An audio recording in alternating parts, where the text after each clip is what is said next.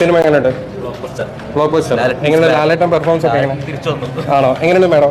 അടിപൊളിയാണ്. എങ്ങനെയുണ്ട് പടം? കിടിലം പടം. നാളുകൾക്ക് ശേഷം മോഹൻലാലിന്റെ സിനിമ കണ്ട് സന്തോഷത്തോടെ ഇറങ്ങാൻ പറ്റി. എല്ലാവരും നന്നായിട്ട് ചെയ്തു. അനശ്വര ഭയങ്കര അടിപൊളിയായിട്ട്. എങ്ങനെയാണ് സസ്പെൻസ് ഒക്കെ ഉണ്ടോ സിനിമയിൽ? സസ്പെൻസ് അല്ല, ജിത്തു ജോസഫ് പറഞ്ഞ പോലെ തന്നെ ഒരു കോർട്ട് റൂം ഡ്രാമയാണ്. അത് ഭയങ്കര ഇൻട്രസ്റ്റിംഗ് ത്രില്ലിംഗ് ആയിട്ട് തന്നെ എടുത്തിട്ടുണ്ട്. ഒരു തരത്തിലുള്ള ലാഗോ അങ്ങനത്തെ രീതിയിലൊന്നും അല്ല. കുറെ കൂടി ഇമോഷണൽ ആയതുകൊണ്ട് നമുക്കായിട്ട് പെട്ടെന്ന് കണക്ട് ചെയ്യാൻ പറ്റി. നല്ലൊരു കണ്ടന്റ് ആണ്, പബ്ലിക്കിൽ ഇറങ്ങേണ്ട ഒരു കണ്ടന്റ്. അതെ, നമുക്ക് ഭയങ്കരമായിട്ട് കണക്ട് ചെയ്യാൻ പറ്റി. എന്തായാലും പടം ഷുവർ ഷോട്ട് ഹിറ്റ് ആണ്. മേഡം പടം എങ്ങനെയാണ്? അടിപൊളിയാണ്. Okay, thank you. പടം എങ്ങനെയുണ്ട്? കിടിലം പടം, ഒന്നും പറയാനില്ല. ഓക്കെ. സിനിമ എങ്ങനെയുണ്ട്?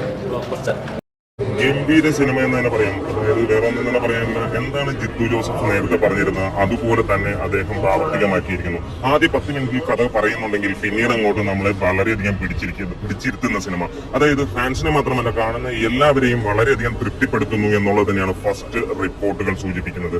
തുടർന്നും ഇങ്ങനെ തന്നെ പോവുകയാണെങ്കിൽ സിനിമ സൂപ്പർ ഹിറ്റ് തന്നെ എന്നുള്ളതിന് യാതൊരു സംശയമില്ല.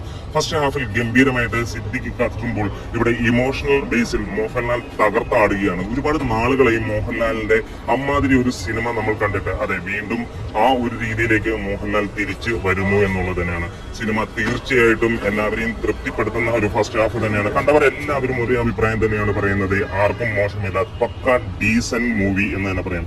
സാധാരണ ലെവലിൽ നമ്മൾ കാണുന്ന സിനിമകളിൽ നിന്ന് ഏറെ വ്യത്യസ്തമായിട്ട് തന്നെയാണ് ഈ സിനിമ എത്തിയിരിക്കുന്നത്. അതായത് ഒരു സസ്പെൻസോ കാര്യങ്ങളോ ഒന്നുമില്ല, പക്ഷേ ഒരു കോടതി മുറിയിൽ നടക്കുന്ന കാര്യങ്ങൾ തന്നെയാണ് ഇതിനകത്ത് കാണുന്നത്. വലിയ രീതിയിൽ നമ്മളെ പിടിച്ചിരുത്തുന്നു എന്നുള്ളത് തന്നെയാണ് സിനിമയുടെ ഏറ്റവും ഹെവി ആയിട്ടുള്ള ഒരു അഡ്വാൻറ്റേജ് എന്ന് തന്നെ പറയാം. എന്തായാലും ഇവിടെ എറണാകുളം കവിതയിൽ നമുക്ക് ഇവിടെ തിരക്ക് കാര്യങ്ങൾ കാണുമ്പോൾ നമുക്കൊന്നേ പറയാനുള്ളൂ, അതിഗംഭീരമായിട്ട് തന്നെയാണ് നേര് മുന്നോട്ട് കുതിക്കുന്നത്.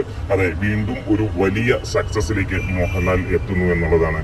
അതായത് ഈ സിനിമ കാണുമ്പോൾ ഇതുവരെയുള്ള അഭിപ്രായങ്ങളിൽ നമുക്കറിയാൻ കഴിയുന്നത് മികച്ചത് എന്നുള്ളത് തന്നെയാണ്. ഒരാൾക്കും ഈ സിനിമയെ കുറിച്ച് മോശം അഭിപ്രായമില്ല. ഫസ്റ്റ് ഹാഫിനെ കുറിച്ച് എന്തായാലും ഇതുവരെ തന്നത് അതിഗംഭീരം എന്ന് തന്നെ പറയാം.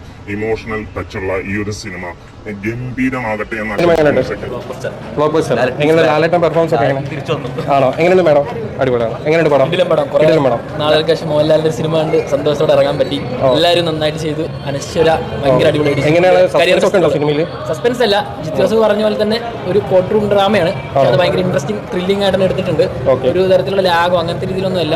കുറെ കൂടി ഇമോഷണൽ ആയതുകൊണ്ട് നമുക്കായിട്ട് പെട്ടെന്ന് കണക്ട് ചെയ്യാൻ പറ്റി. നല്ലൊരു കണ്ടന്റ് ആണ്, പബ്ലിക്കിൽ ഇറങ്ങേണ്ട ഒരു കണ്ടന്റ്. അതെ, നമുക്ക് ഭയങ്കരമായിട്ട് കണക്ട് ചെയ്യാൻ പറ്റി.